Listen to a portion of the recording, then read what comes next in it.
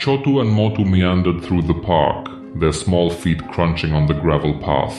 Chotu paused to admire a pair of sparrows, his eyes twinkling as they hopped around a puddle. Meanwhile, Motu kicked stones across the path, indifferent to the serene beauty around him. Animals are just animals. Why do people treat them like they have feelings?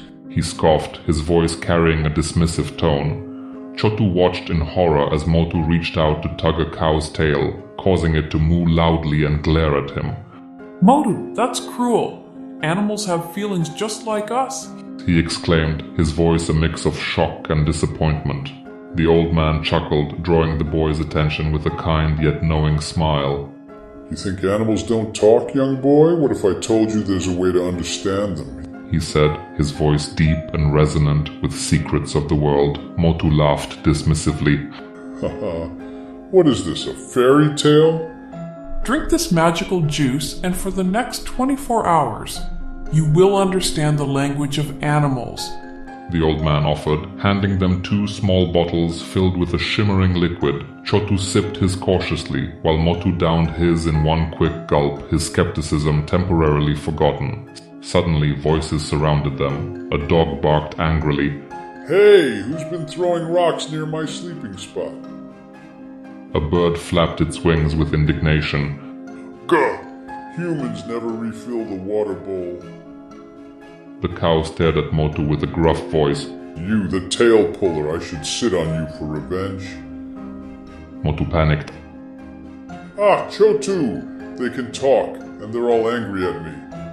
He clutched Chotu's arm, his bravado shattered, replaced by sheer terror. Chotu laughed lightly. Well, now you know how they feel. Determined to make amends, Motu spent the day caring for the animals. He fed the stray dogs and cats, their tails wagging in appreciation. He refilled the bird bath with fresh water, watching as they splashed joyfully. Gently he petted the cow, its large eyes softening with contentment, and even helped the turtle cross the road safely. As the sun dipped towards the horizon, the animal's demeanor shifted. A dog wagged its tail. Maybe he's not so bad after all. A bird chirped approvingly. I guess he learned his lesson. Well, boys, your time is up. The magic will fade now, the old man announced, his voice gentle and wise. Motu blinked, the voices of the animals fading back into familiar sounds. I don't need magic to understand them anymore, Chotu. I get it now. Animals have feelings, and we should treat them with kindness.